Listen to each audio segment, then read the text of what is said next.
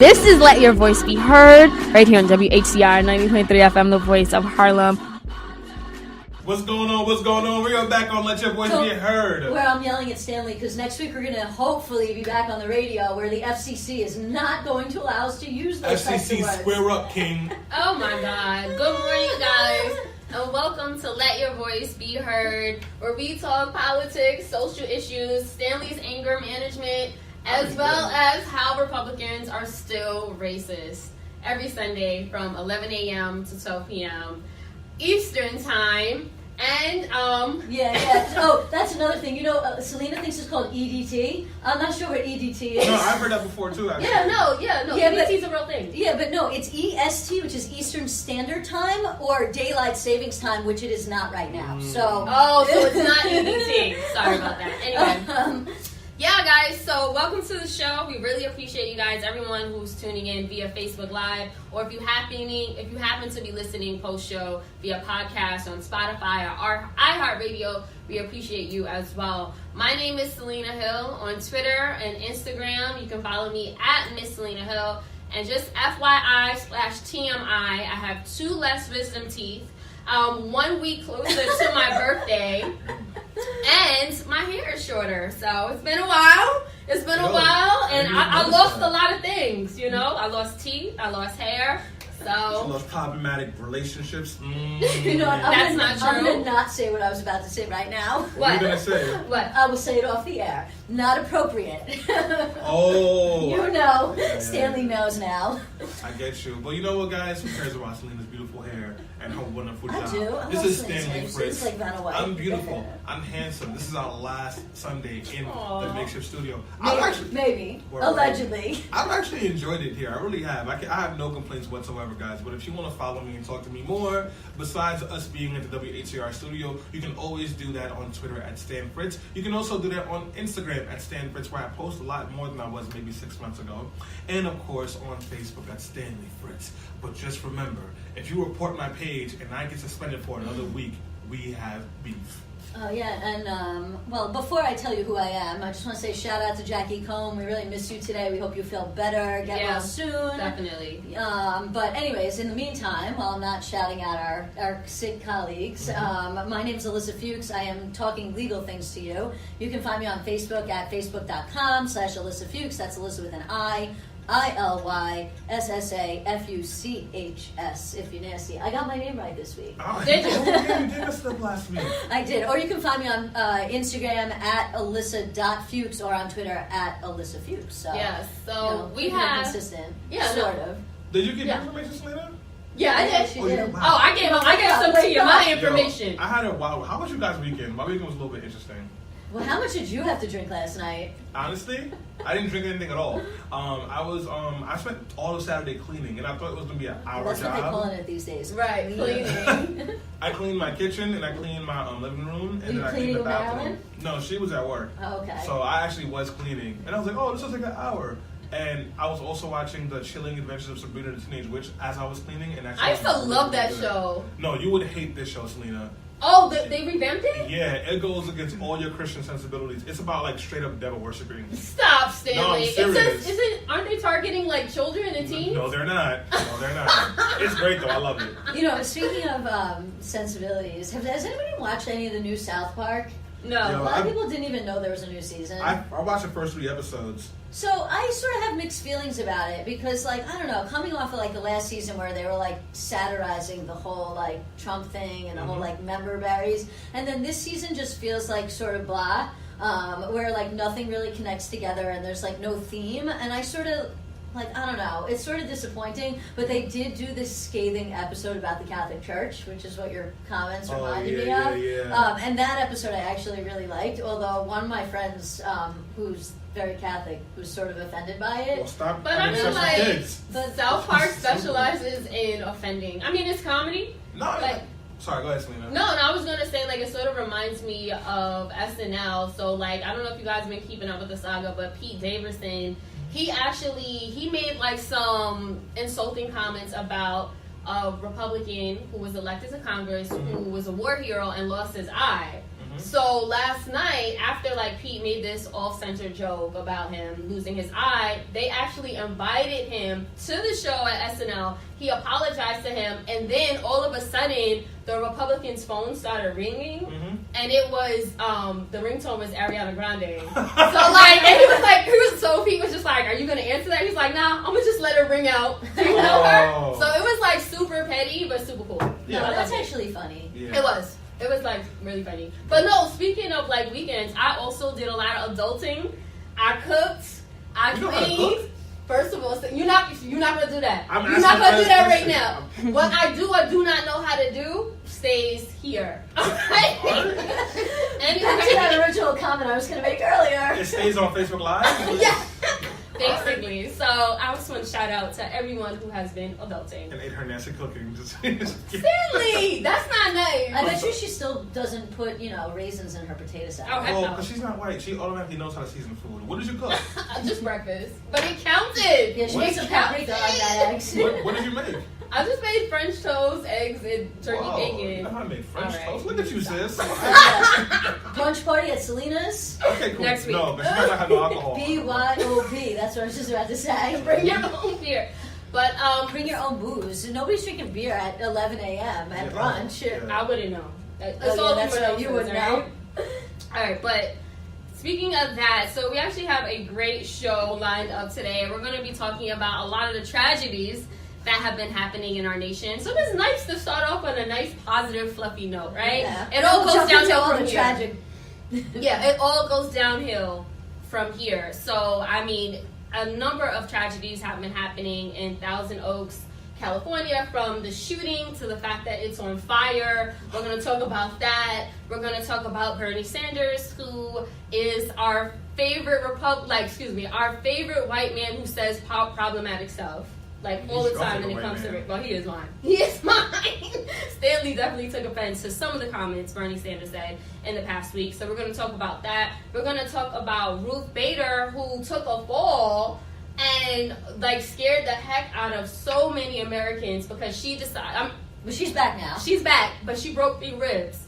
Bad timing. Bad timing. You're just giving all the news right now. Oh, I'm sorry. I'm just and further. So many Americans. And then we're going to have a larger conversation about the midterm elections. Now, I know a lot of you voted this time, maybe for the first time in a midterm election, and we want you to understand how and why it was so important. Your vote did matter, and we're going to talk about how those votes, how your vote is going to affect us all in our everyday lives. So definitely tune in for that. And of course, if you want to let your voice be heard, keep those comments flowing on our Facebook Live. You can also tweet us at BeHeard_radio.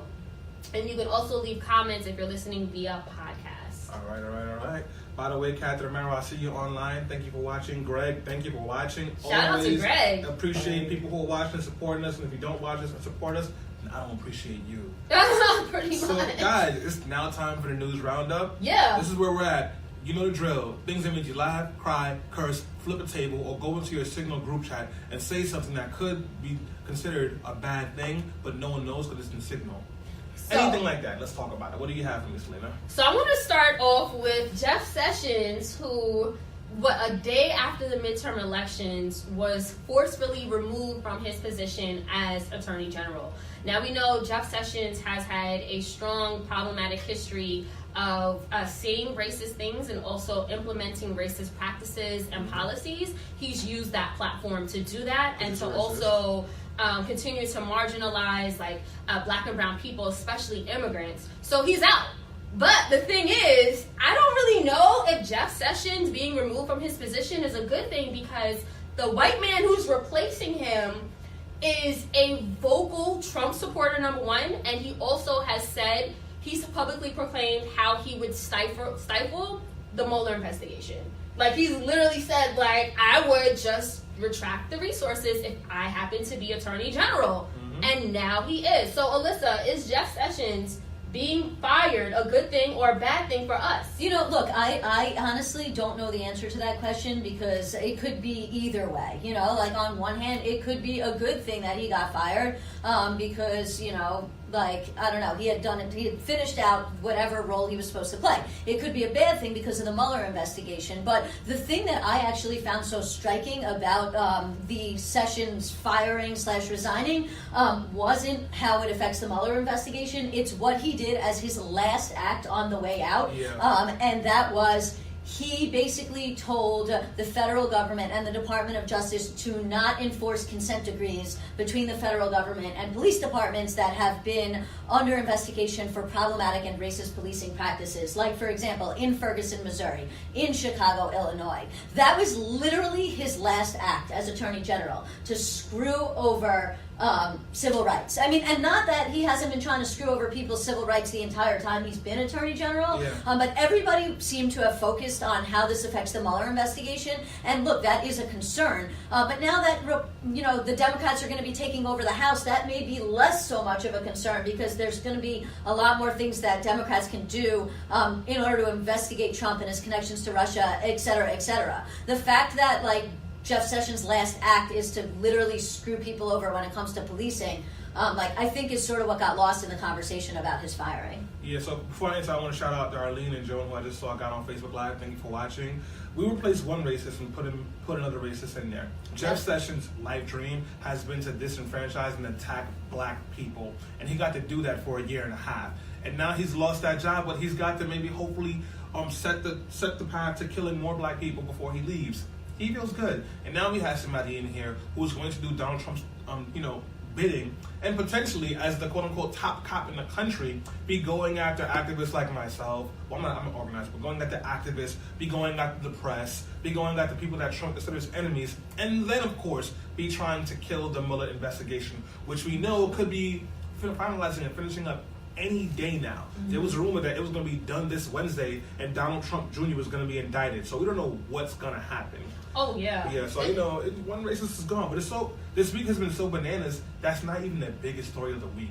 That's what blows my mind about all this. Yeah, I agree. Well, Stanley, for you, the biggest story of the week was what? Bernie Sanders. Well, tell us why that was the biggest story for you out of everything that happened. So, because it's the biggest story for me out of everything that happened besides our main topic, is because listen. What did Bernie Sanders say? Bernie Sanders said there were a lot of white people in the Midwest and in Florida and in Georgia who did not want to vote for Stacey Abrams or Andrew Gillum or any other black candidate because they were black. They were uncomfortable voting for them because they were black. And that doesn't make them racist, and we have to have a conversation about that.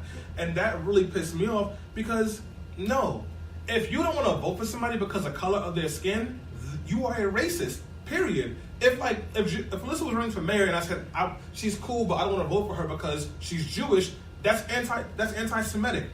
And what Bernie Sanders is doing, and what he has consistently done, and what the media has consistently done, and everybody is, ever since Trump has been elected, we've been trying to cape and speak up for these white people who don't give a crap about anybody that doesn't look like them.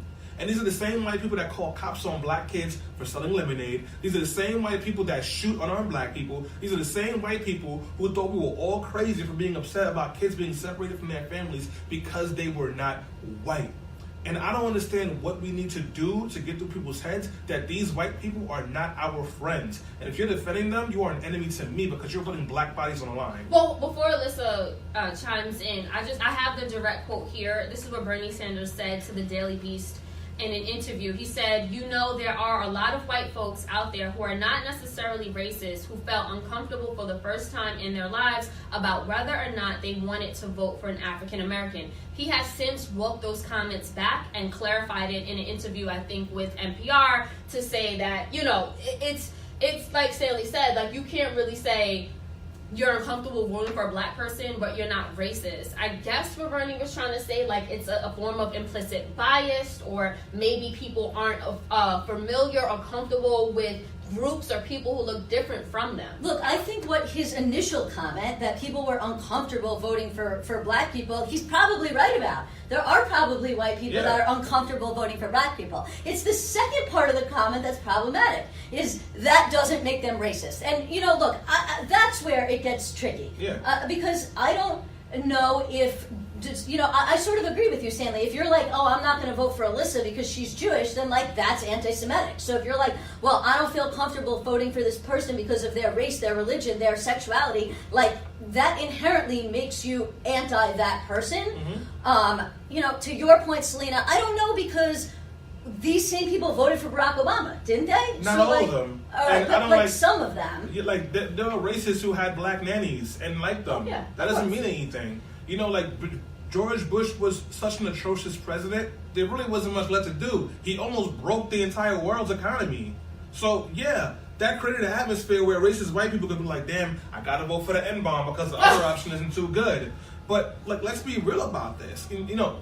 Well, sorry, Selena, go ahead. No, I'm sorry, Stanley, finish your point. My thing is, we all know that there are white people that don't feel comfortable voting for black people or don't want to vote for black people because they're black. And we all know that that's racist. The problem is, Bernie walked back those comments. How many times has he walked back the comment where he was caping for white people at the expense of black people? This is how he feels. He was, when Trump won the election, he goes, I'm mad because the Democratic Party can't talk to my people. And Trump can. When we all know Trump used racism, so what are you saying, Bernie? Right, and just to clarify the statements that I made about Bernie, like I've been rooting for him. I voted for him in the primary. I understand that throughout his long 50-year career in politics, he has made a number of statements that were questionable, problematic, or flat out racist. And the thing is, because I agreed with so many other of his policies and platforms, this is really disappointing. Like, the thing is, I was rooting for Bernie Sanders to run again in 2020. To me, like, I feel like he was a candidate that could speak to not just progressives, but other people in the country. So, I mean, it's a double-edged sword. You know, like, all this, right, it's a double-edged sword, and I think it's a way to keep us divided, right? And, like, that's the same thing, and just to switch gears a little, that's what's going on with the Alyssa Milano situation right now. Oh, yes. Which is the other story we won't want to talk about, which is, you know, there has been this now division, supposedly, within the Women's March, which is now Alyssa Milano saying she doesn't want to be part of the Women's March because Linda and Tamika's connection with Farrakhan, and then Linda and Tamika have now come out yesterday were essentially saying, like, you know, this is the right trying to divide us. And that, I think, sort of goes in some ways back to, and that was like legit a comment that they made, like, not to focus on this. This goes back to this whole point, which is when we're sitting here arguing about who said what and who's hanging with who, we are not focusing on the fact that Republicans are running roughshod over all of us when it comes to things on, you know, right. Climate, voting, so many other issues. Like, but, and yes, we should talk about these issues, but like, we cannot let the right continue to divide us by trying to drive wedges between our movements. Just to clarify what Alyssa was saying, because you may have missed this story in light of everything that's been happening. So Alyssa Milano, she's an actress. She's in the Me Too movement. She has been associated in line with the Women's March, and she was particularly doing a lot of activism around Brett Kavanaugh's hearing. So it turns out that she has distanced herself from the Women's March and said that she's not going to march in January because Tamika Mallory and Linda Sarsour, who are leaders in the Women's March, have praised Minister Louis Farrakhan and have defended him. And we know that him, as a Muslim leader, he has made a number of anti-Semitic remarks, homophobic remarks. I mean, he said a lot of things. And I mean, it's like, Stanley, I definitely want to get your input on this because you are, you know, a member of the New York Justice League. And to me, Minister Farrakhan almost parallels with Bernie Sanders because they stand for a lot of good, but from time to time, they say a lot of things that are divisive and problematic. So where do you stand? So first off, Alyssa, you didn't have a problem being with Linda and Tamika when you were all in D.C. fighting against Kavanaugh. It benefited you. But now all of a sudden you want to act funny style. Farrakhan and Sanders are not the same people. So let me tell you how white people work. Sorry, white supremacy. No offense to my white allies. Rest y'all can kick rocks. Let me show you how whiteness works. Whiteness is having a crazy uncle who you know says racist things and just laughing it off. But then also knowing that racist uncle is a police officer and then electing that racist uncle into office. And that racist uncle becomes Donald Trump. And then apologizing for that person's racism and not standing up for your comrades or the people you say you support. Louis Farrakhan is a manifestation of all the anger and rage towards white supremacy. He has no power. He has no access. And we have not, and Tamika, nor Linda, nor Carmen has made any effort to amplify him or give him any power to do anything. Right? That's the difference. If Alyssa is so frustrated about anti-Semitism, why hasn't she said a damn thing about Benjamin Netanyahu and Israel pretty much curving their Jewish brethren out here in the United States after this anti-Semitic attack at the synagogue a couple weeks ago when Netanyahu's people was defending Trump? And then just like one more piece to it is before anybody gave a damn about black and Latino people in these communities, before Alyssa Milano gave a damn about Black Lives Mattering or any of these white women were saying anything about, trust black women and then putting on their pink pussy hats and going to vote for Republicans, before any of that crap happened, the only people who were in our communities doing any kind of work, working with our formerly incarcerated, were the Nation of Islam. And you know what? Louis Farrakhan is an anti-Semitic person, but the people in the Nation of Islam are usually formerly incarcerated people who study the religion of Islam, trying to get their lives together, in suits, selling bean pies, educating the community. So it's very hard for me to be like, I disavow Farrakhan, or be mad at Tamika, or Linda, or Carmen, for not disavowing Farrakhan, when all he's done is talk crazy, and they've given him no platform to do so, but his people have protected us. His people educate our community. His people have come up with diversion plans to get people off drugs. His people provide security. Meanwhile, Alyssa Milano is looking the other way while her racist uncle shoots a black person in the back. I mean, look, I just, the other thing I want to add to that, I don't, just going off of that, because I don't really have a response to you directly, which is, like, Linda is a friend of mine. I know Linda. I know you know Linda. And I'm Jewish, and one thing I can say is Linda is not anti-Semitic.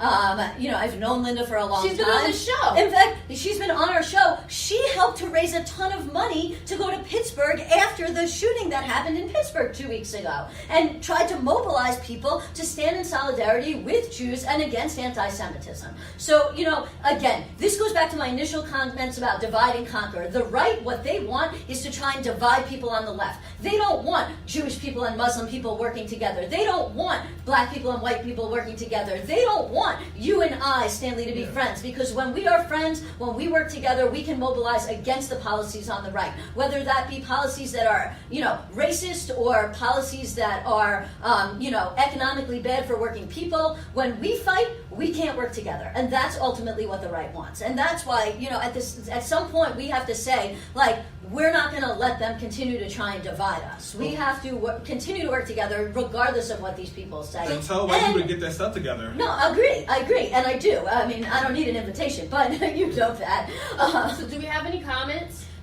We do, actually. Hold on one second. Let me just pull them up. So Catherine says she wasn't invited to speak at the march. I believe that's a comment about Alyssa Milano. Yeah. Elaine says she hails the minister. I think she was making that comment in respect to when Stanley was saying that he helps the community. He helped to, feed and clothe and help formerly incarcerated people. So look, at the end of the day, this all goes back to that concept we talk about when we talk about elections.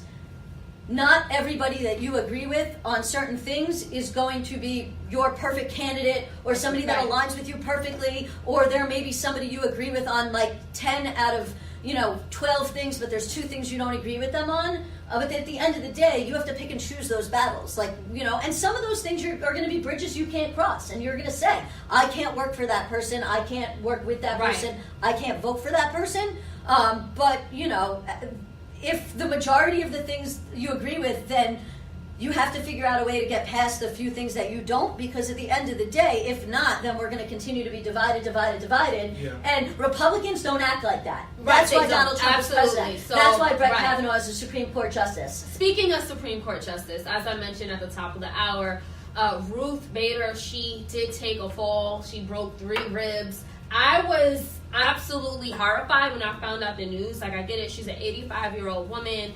The thing is, because she is one of our progressive advocates on the Supreme Court, it was really startling for this news. But the thing is, I was really upset too, because, correct me if I'm wrong, but while Obama was still president, people were trying to get Ruth to step down so that Obama could put another progressive left-leaning justice on the Supreme Court. She refused. Now, a day or 2 after the election, when Republicans have an even tighter tighter grip and control over the Senate, this happens. Like, why didn't she step down a couple years ago so we could have prevented something like this from happening?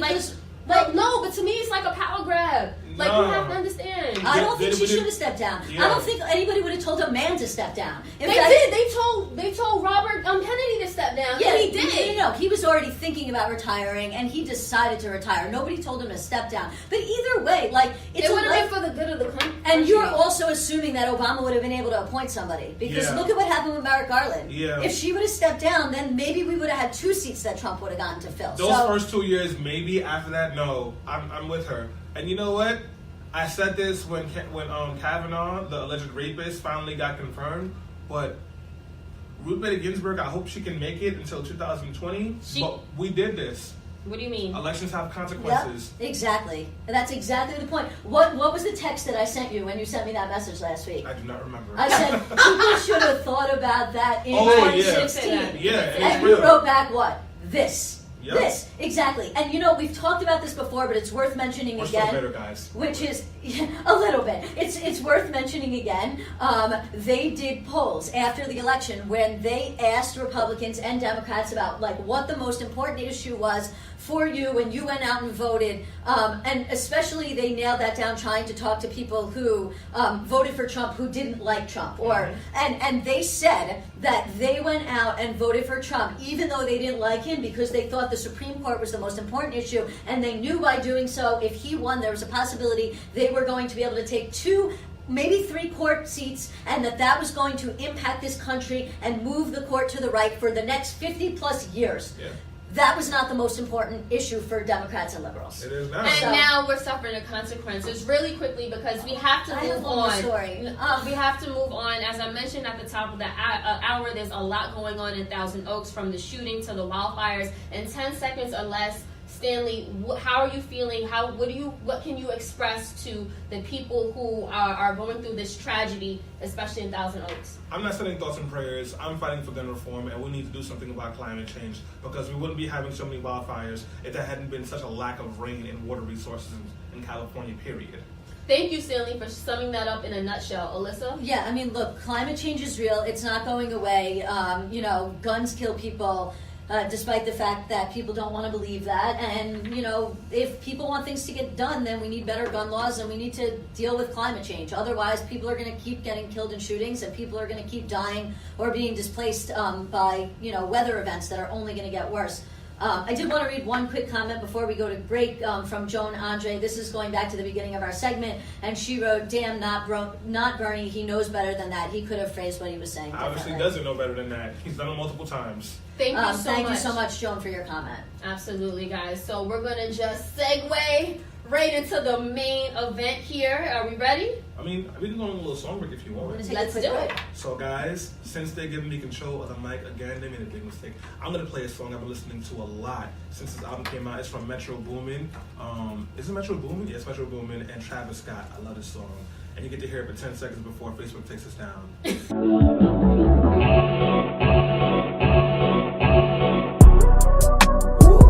Overtime and overdue. That's all you get because we don't want to get taken down from Facebook. Facebook, don't take us down. Well, Fair usage act. The truth is, when we are on WHCR, we pay to be able to play music because we are a not-for-profit radio station. Yeah. But unfortunately, we are not on WHCR today. But we will hopefully be back on WHCR next week. So next week you should be able to catch us on WHCR or on Ustream and Facebook and Instagram and everywhere. But for today, we are just on Facebook. Yeah, I want to say a quick what's up to Malcolm Thorpe, Natasha, and Amy. Thank you so much for jumping on Facebook Live. We hope you guys have lots of comments for this next segment, but I'm going to stop talking and let Selena do the work. Yeah, so we did it! A record! Sort of. A record-breaking number of voters came out to the polls on Election Day and elected the most diverse Congress in our nation's history.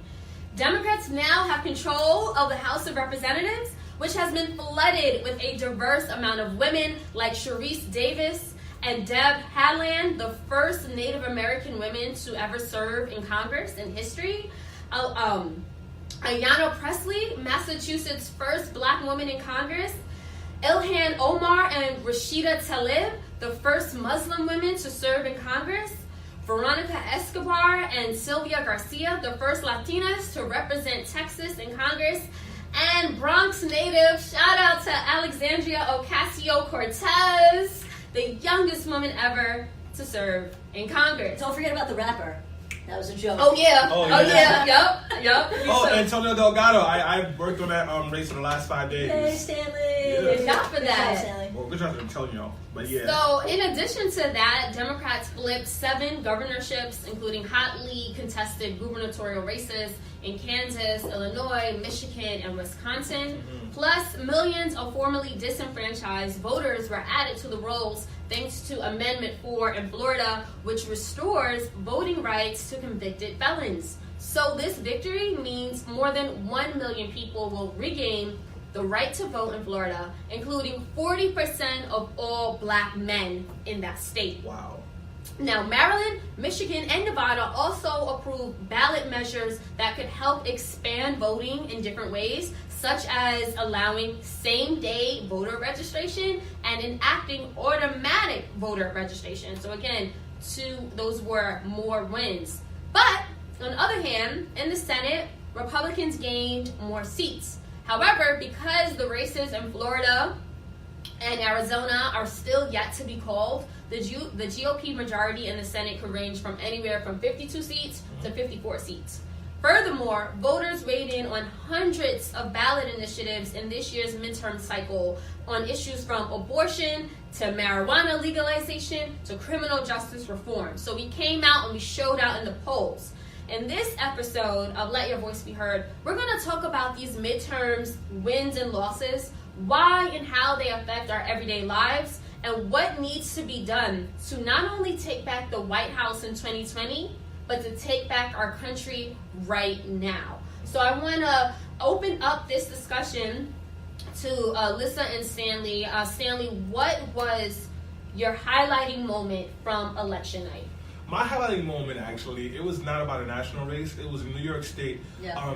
New York State Democrats, we controlled the Assembly, the State Senate, and the governorship in New York State for the first time in 10 years. And 10 years ago, it was a bit of a mess. So I'll say the first time in over 30 years. This is big. We're looking at probably getting bail reform, marijuana legalization, maybe single-payer health care in New York State. This is huge. I just want to shout that out Discovery real quick. reform, tenant protections, Women's Health Care Act as becoming part of an amendment. I mean, there's so many legislative priorities that we are potentially going to be able to get done right here in New York. And look, Well, Stanley, does that mean that that New York is actually a blue state? I mean, when people think of New York City, we know it's really progressive, but the state in whole, wasn't it right-leaning in some areas? So if you go parts of upstate, it's definitely way more Republican. You'll see Confederate flags, you'll see Trump flags, all sorts of things like that. And Republicans had a big stronghold, mostly because of real estate developers who will give Republicans upstate a whole bunch of money to run for office to vote down rent protection regulations in New York City, or so that they can make them weaker so they can't use them to protect tenants. So, we were going up pretty much against, think of any big real estate broker or company or development company in the country, really, pumping money against us. So this is a big win. And we can talk about this more later. I don't mind, having a side conversation with Alyssa and you at some other point. But I just want to shout that out real quick. Yeah, no, Stanley, that's your highlighting moment. Alyssa, what was your highlighting moment from election night? look, my highlighting moment is the same as Stanley's. I'm just to back it up. On the overall whole, I thought it was partially an exciting night and partially a disappointing night. Believe it or not, the blue wave did materialize. It was not a blue tsunami, but also there were structural problems that made it very difficult for Democrats to try and win back the Senate. And so going into it, I already sort of felt like that was not going to be a possibility, and so that was disappointing. And what happened in Florida was disappointing, although, as we're going to talk about later on in the segment, that's headed for a recount now. What happened in Georgia with Stacey Abrams was super disappointing, although that may have its own problems that I know we're going to get to. I think my two biggest highlights was, one, the amount of women of color that are going to Congress. On the federal level, and two, the fact that here in New York we are finally going to get a true blue Senate. The independent Democratic caucus is gone. Democrats are going to control the Assembly, the Senate, and arguably the governorship, although, Cuomo, that's another conversation for another show. So yeah, I mean, I think that's the most exciting thing. There was highs and there was lows and ups and downs, but overall, I think it was a good night for Democrats. Yeah, absolutely. I mean, it was such an emotional roller coaster. Like, I was cheering for Beto in Texas, and then Ted Cruz managed somehow to win. Stealing. Stanley says stealing. I was emotionally invested in Georgia. I'm like Stacey Abrams, but then she didn't concede, so Stealing. Right, definitely stealing there. And then Andrew Gillum, when he did concede, I'm like, what? His race, now he unconceded. Right, he unconceded. But in that moment, I was really upset because I'm like, that race was even closer than Stacey Abrams. So he conceded, he walked that back, and now Bill Nelson and Rick Scott are also thinking about that race also has not been called in the Senate for Florida. They're having a recount for the whole state now. Right, for the whole state. So, I mean, look, things always go down in Florida, especially when it comes to a very crucial election. So that was a highlight and a down point at some point. It was emotional for me. But I want to get to what was the biggest disappointment. Like, it wasn't just a good night. Alyssa, what was the thing that I guess disappointed you most?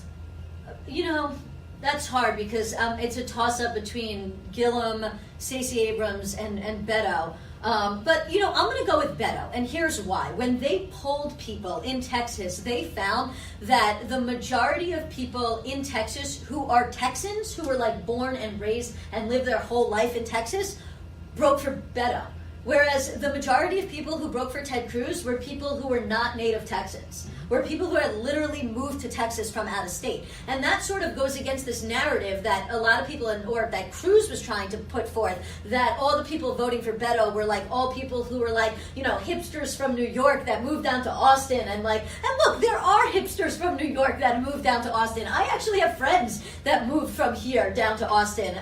So there is some truth behind that. But when you look at the actual breakdown of the numbers and you say, well, okay, the majority of people who are Texans voted for Beto, then that tells you that there's a lot of racist, conservative people coming in from out of the state, from other racist, conservative areas of the country that are going for Ted Cruz. And if it was really up to native Texans, then Beto might have won that race. But, that's one of those things where you can sort of have to be like, well, people move and, there's people who are liberal that move here and people who are liberal from here that move to other states, and that impacts elections. So, it works in both ways, and you can't just, look at it through that lens. But I think that was the most disappointment for me. Stanley? Florida, Andrew Gillum. I really thought, so for those of you who don't know, Andrew Gillum is the mayor of Tallahassee, Florida, and he was running for governor against Ron DeSantis, Trump's pretty much street team guy. And Andrew Gillum was up by 10 points in the polls up until the day of the election. And he, I don't know what happened to the numbers, but it fell through. And at one point he conceded. Now they're going to have a recount because it's getting closer.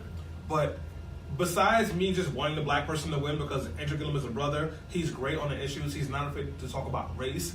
And then also, Florida is a state that's always shaky during presidential elections because things get funny with the votes. And they're always actively trying to stop black people from getting to the polls. And that whole state does not have affordable health insurance. And you put a Democrat, a progressive Democrat in the governor's seat, and an African-American Democrat in the governor's seat, that could help to shift the power dynamics in the 2020 presidential election. Definitely. You want to have a friend there. So I'm really hoping this recount goes in our favor. Right now, the Republican Party and DeSantis are suing the state of Florida, saying that it's unconstitutional to count all the votes in the election. So on what grounds? I don't white supremacy, I don't know. But that was a big disappointment for me. Here's the thing about that, just real quick, which is it's so disingenuous, because if things went the other way and the Republican was in less than 0.2% of winning, then Republicans would no doubt be saying, we have to count all the votes. This is a democracy. We have to count all the votes. So we have to at least have this level playing field where we agree that whether the Republican's ahead or the Democrat's ahead, or it might mean that the Republican might win or the Democrat might win, that we all take the position that we have to count all the votes. And the reason I say this is just to bring it back to New York for half a second. Marty Golden, which was a race that I worked on, the Andrew Gennardis race in Bay Ridge, he said that he doesn't want to concede that election yet because there were still 3,000 outstanding absentee ballots that had not been counted, and he was only losing that race by about 1,200 votes. And there was people on the left, not a lot of people, but there were some people that say, oh, he should just concede, he's being a sore loser. So you know what? We can't have a double standard. If we're going to say count all the votes, then count all the votes, whether we're going to win or lose. Yeah, absolutely. So it's count. I mean, every vote should be counted. Yeah. So speaking of that, we had the highest voter turnout for a midterm election in the nation's history. Approximately 114 million votes were cast in the U.S. House races, while a strong black voter turnout, along with women, Latinos, millennials, and new voters, played a significant role in key Democratic victories. Were you guys surprised at all by this high voter turnout, Sam? No, everybody's motivated to get Trump out of the White House, and you can't do it yet, so you got to go out to Congress and Senate. And we didn't have the right numbers to win Senate, even though we won the popular vote in the Senate races. Yep. But people are motivated. I just hope that energy stays in 2020, and we sweep them out straight up. Oh yeah, Alyssa. I mean, look, I'm not surprised about the high turnout. I expected a high turnout, especially on the Democratic side. I am sort of a little more surprised about how many Republicans turned out, and this is sort of an interesting conversation because when they initially looked at the numbers in this, they did not expect high Republican turnout. Or they did not expect it to be as high as it ultimately ended up being. And generally speaking, Republican turnout is not as high, or I shouldn't say Republican turnout. The party who is in power generally does not have very high turnout during the midterms. So if you look at, for example, 2006, Democrats won a lot of seats in 2006. George Bush called it like a thumping. And then in 2010, so many Republicans turned out. We had the big Tea Party wave, and Obama completely got killed. He called it a shellacking. This time, there was a lot of Republicans motivated to go out, and so that also raises an interesting question about why. Racism. Trump. Some of it is racism, some of it is Trump, but they did a very interesting study that said a lot of Republicans were motivated to go out because they were pissed off about the allegations against Kavanaugh, which means sexism is playing a very, very large role as well. Yeah, and so I think you're 1,000% right, Alyssa, that this country, particularly Republicans, are very angry at women for speaking up and calling out rape. And Republicans tripled down on racist ads, on xenophobic ads, and on Islamophobic ads. That's all they had. They couldn't talk about their issues. Everyone hates the tax bill. Everyone hates them trying to get rid of universal health care or Obamacare. So they just started saying, in upstate New York, Antonio Delgado running against John Faso, they literally had ads out that said, this guy's a rapper. That's not good for our community. Can you really trust rapping Antonio Delgado? He's a lawyer and a Rhodes Scholar. And they were talking about a rap album he put out 10 years ago to talk to kids. Which is a good rap album, by the way. It is. He has bars. Let's just point that out. No, but Stanley, you bring up an interesting point because the strategies that Republicans employed to win the elections was doubling down on racism and fear-mongering, especially around immigration. So as a result, the strategy proved to be effective in winning white votes. So has the Republican Party become a racist party, if you don't already think it is? And if so, should Democrats stop trying to court white Republican voters? I mean, look, they have been for a while since, when the Democrats stopped being the racist party back in the 1960s. But, look, the caravan, which you just mentioned, is like the perfect example of this. Have you heard about the caravan this week? No. Did you hear about the caravan last week after the election? No? Exactly. The whole reason why the caravan was even mentioned in the news is because Trump was trying to gin up racist people to go out and vote because of this supposed invasion of people that was coming to the country. But, number one, this quote-unquote invasion of people was... One, not an invasion, as far as I'm concerned. That's a matter of opinion. But number two, over 2,000 miles away from the border. Not going to be anywhere close to the border, even for the next, month or so. And definitely we're not going to be knocking on the border at the time of the election. But in the 5 days or so leading up to the election, all you heard was Trump tweeting about the caravan, talking about the caravan. Then, of course, mainstream media started talking about the caravan, and everybody was like, caravan, caravan, caravan. And then all these Republicans, on top of being pissed off about the Kavanaugh situation and being like, screw women because we hate women who speak up, they're like, oh my God, immigrants gotta go out to the polls. And then, of course, to add to that, Trump had to add in, there might be some scary brown people from the Middle East in the caravans too. And then Republicans were like, oh my God, terrorists! We have to go out and vote. But meanwhile, the real terrorists in this country are white men that shoot places up with guns. So, Stanley, that being said, should Democrats stop trying to court white Republican voters? I think white people, I'm going to answer your question by not answering your question. I think white people need to go deal with their white people. So for all my comrades and allies out there, I love you. My white people who have been vetted, I love you and I appreciate you. Don't talk to me. Go talk to your racist uncle. Because for the last year and a half, 2 years, we kept saying you got to find a way to talk to white people. And look what they did. Republicans tripled down on racism. And white people said, yeah, I like that. So I don't know if we should totally give up on talking to white people. But what you should do is they need some racial education.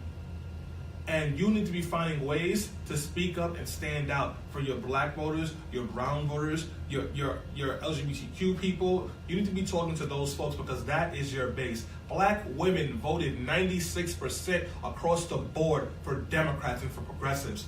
Black men, our votes are shaky sometimes, 90% across the board. Why are we only getting 60% of the Latino vote?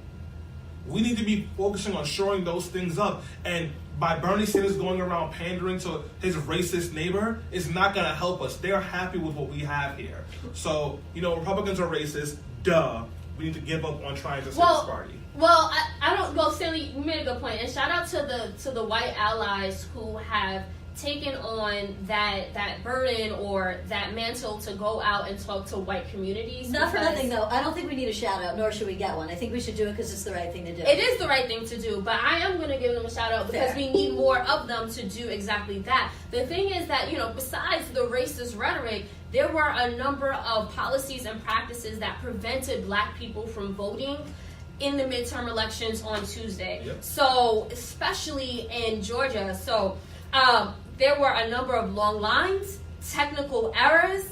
A voting station in a predominantly black county in Maryland ran out of ballots at 4 p.m. and they were not able to get more ballots until 8 p.m. As a result, you had hundreds of people, mostly black, standing in line for hours without food, without water, just coming off from work, and they could not vote. Or, a lot of them were discouraged. They would go back home because who wants to wait in there for hours on end? So I want to talk about the very real voter suppression tactics that we saw unravel right before our eyes on Tuesday. I mean, there was this one woman from Georgia who tweeted, here in Georgia, where Kemp wouldn't step down, not a single machine in our precinct works. No one has voted since 7 a.m. Hundreds of people have left. Then that woman followed up in another tweet at 11:30 a.m. saying, finally, the machines are working. Stanley, voter suppression was a very real issue in this election. How is this still happening in 2018? Republicans can only win when black and Latino people don't turn out to vote. And in the states where Republicans control, they're pushing heavy voter suppression, which is why I was so disappointed that Andrew Gillum did not win straight up. In Georgia, they were showing up to polling sites, and the machines were there, and the power was on in the building, but they had no plugs. Literally. This is what they do. And I still have a lot of friends who did not vote this election, and they didn't see the need to vote, and this is what I kind of use to get them to understand. Your vote is important. Your educated vote is even more important. And if you ever have to question what your voice says, ask yourself, why do they work so hard not to let you get your vote out?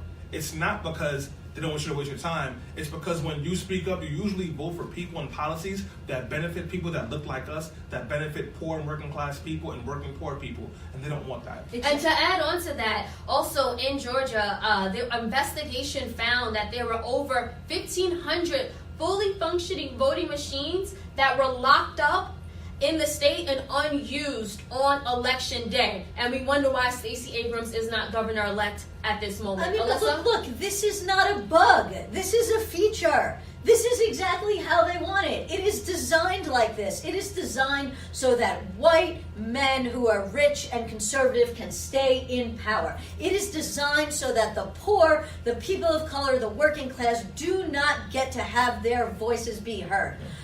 This is how it's designed. And if we want to change it, then the only way to do it is to beat the system, to get our people in power no matter what, to drive people to turn out, to drive people to the polls, to continue to wait in line, to not leave, to stare in the face of the suppression and say, we are not going to allow it. Unfortunately, that also means things like going to get an ID, even if you think you shouldn't have voter ID laws, even if we think they are racist. We saw this in North Dakota. There was a concerted effort to help all the Native Americans get the proper ID so that they can vote. Even though everybody thought and knew that the voter ID law in that state was racist and meant to target them, it was like, okay, there's a problem. We can't just complain about it. We have to come up with a solution. And so like that's what it comes down to, is we have to realize that this is not going to change because this is how they structured it. We have to figure out a way to beat them at their own game. And that's how we're going to win.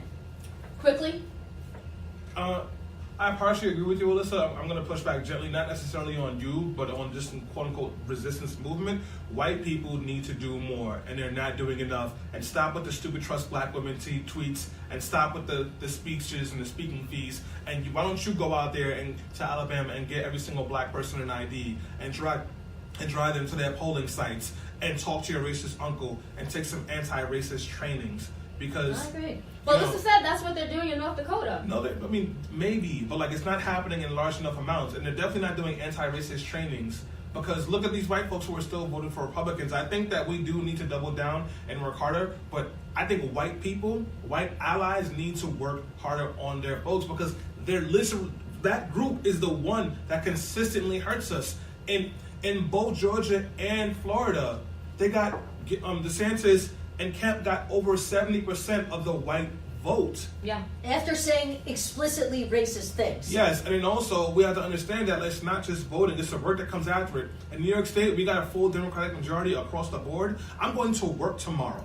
You know why? Because I want to get legalized marijuana, bail reform, and rent regulations, and that takes more work. Just because they're Democrats doesn't mean they'll do what's right. Well, That's that point being said, I want to just switch gears a little bit because despite the voter suppression, despite the long lines, we still came out and voted. Stanley gave some statistics, especially when it came to black men and black women.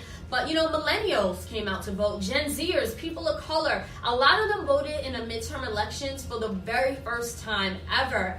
But if you're like me, you may not be 100% sure, like, why and how that even counted. So I wanted to just give some time, in a minute or less, tell everyone why and how them going to the polls on Tuesday mattered. So everybody thinks that elections are all about winning. And when you cast a vote, if your candidate loses, it didn't matter. That's not true. In a functioning democracy, when you have a rational person who's not Donald Trump running for office, even if they win the election and you didn't vote for them, they look at those numbers and they go, wow, we lost the black vote. What do we need to do to get them? So now that forces the mother in office to be reaching out to you to find inroads, which means you now have leverage to get things that you need. And if you're not engaging in the process at all, they can ignore you. And what we need to do really is get back to the space where we don't have psychos running for president and running for office. And once we can get past that period over there, then once again, the vote, your power to vote, gives you capital and a leverage to fight for advances in your own community and your own life. Alyssa? I mean, look, I think the most important thing was that there was significant victories, and yes, there were setbacks, and we do understand that. But by the time all is said and done, Democrats will have picked up between 35 and 40 seats in the House, and that is the largest Democratic gain in the House since 1974, which is after Watergate, when the party picked up 49 seats in 3 months after Richard Nixon resigned. So, look, we have to say there was places we could have done better, but we had significant victories. We're going to take over the House. There were significant victories in many of the states. You mentioned this before, like millions of people, many of whom are black men, are going to be able to vote again in Florida. Marijuana was legalized, or they voted to legalize marijuana in Michigan. They actually voted to get rid of gerrymandering in 3 different states, including Utah. So I think that we should focus on the fact, and look, there's going to be a Democrat as governor Right. So, look, we should focus on the positives. We should figure out what went wrong in terms of the negatives and how we can do better there. And what we have to understand, the most important thing to understand is that every vote matters. Your vote matters. You staying online and waiting to vote matters. You driving somebody else to the poll matters. In some of these races, in some of these recounts that we're going to see in Florida, that we might end up seeing in Georgia, it may come down to just a handful of votes that allow that recount to go forward, to allow that runoff, if it happens to go forward.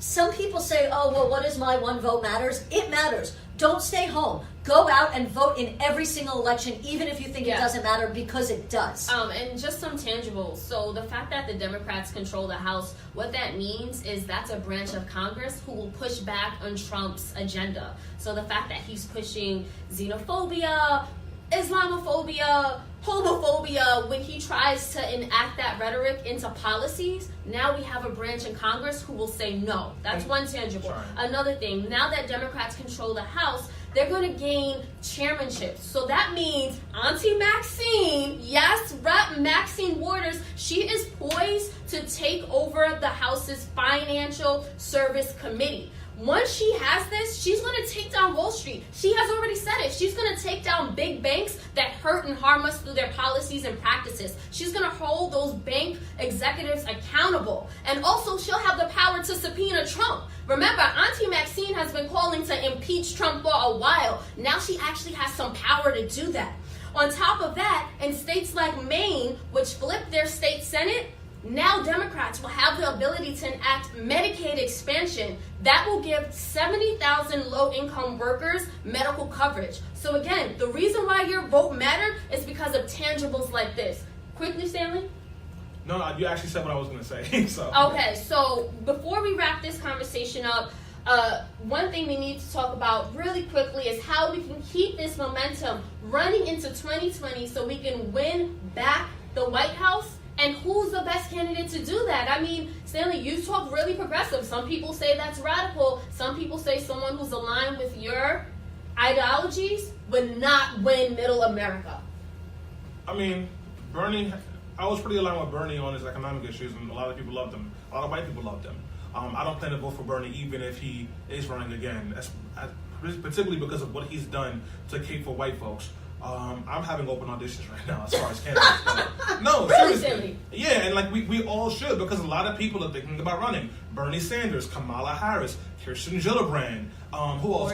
Cory Booker. Beto O'Rourke apparently is now, they're telling him he should run for office based solely off of his ability to run a decent campaign and raise lots of money. So we're going to have a lot of people who want to run for office. And what you should be doing now is like going online, reading about their record, seeing what they say on issues, and having conversations with your friends. But don't just focus on the national. Focus on your local, too. Your city council races, your district leader races, your state senator races, and your assembly races, because these races are important as well. Yeah, no, definitely. All politics is local. I agree with that. And I'll just add to what's already been said. Or, one, if you're mad about something, you let that anger propel you into getting involved and, and getting out there. And it's not just voting, right? Yes, we voted and that's great, but organize, organize, organize, organize, organize. Can I say that again? Organize, because when I tell you this next election, 2020, is going to come up very quickly, and the more organized we are, the more able we are able to get together and get people out to the polls and raise money for candidates that we support. That is how we are going to win in 2020. Thank you. And basically what you just heard is that's how we keep that momentum going. I mean, for the first time ever, I've been so encouraged by this midterm elections. We had 2 Muslim women in Congress, Latino women in Congress, openly LGBTQ people in Congress. Like, there was a lot of diversity there. And that diversity matters because when it comes to voting on legislation that affects us, they're going to be our advocates. And if they're not, we're going to hold them accountable because we're the reason why they even got in those seats. So, guys, when we show up, we win. And that's what this midterm election showed us. It wasn't a blue wave, but it was definitely a blue wall and a war. And, it wasn't a tsunami, but we did get some wins. A tsunami? Pacific Ocean? But we did get some wins. And I just want to close out by saying, let's just keep it going. 2020, that's the big one. And I have a lot of friends who told me I didn't vote in the midterm elections, but I'm definitely going to 2020 to vote against Donald Trump. And me, maybe a little different from Stanley, I'm voting whoever's on that blue ticket. At this point, I learned my lesson in 2016, and whoever happens to be that Democrat, I'm voting for, and I hope that you do too. On that note, I'm just going to close out by thanking everyone who tuned in and chimed in via Facebook Live. We appreciate those comments. Everyone who's been listening via podcast, thank you. And if you guys want to continue to support Let Your Voice Be Heard, please do so on our Patreon account. That's patreon.com/BeHeardRadio. If you make a small donation and support us, we'll continue to support the issues and causes that you care about. Thank you. Peace.